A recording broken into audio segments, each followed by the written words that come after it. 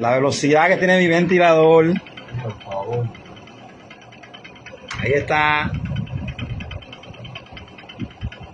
Trabaja a presión de agua. Este es mi ventilador que trabaja con agua. Mírenlo bien. Miren para acá. Cómo trabaja. Miren.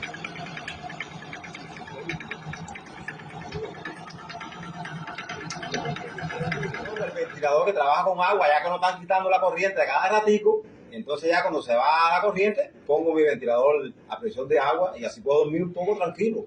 Soy Abel Lobo, el autor del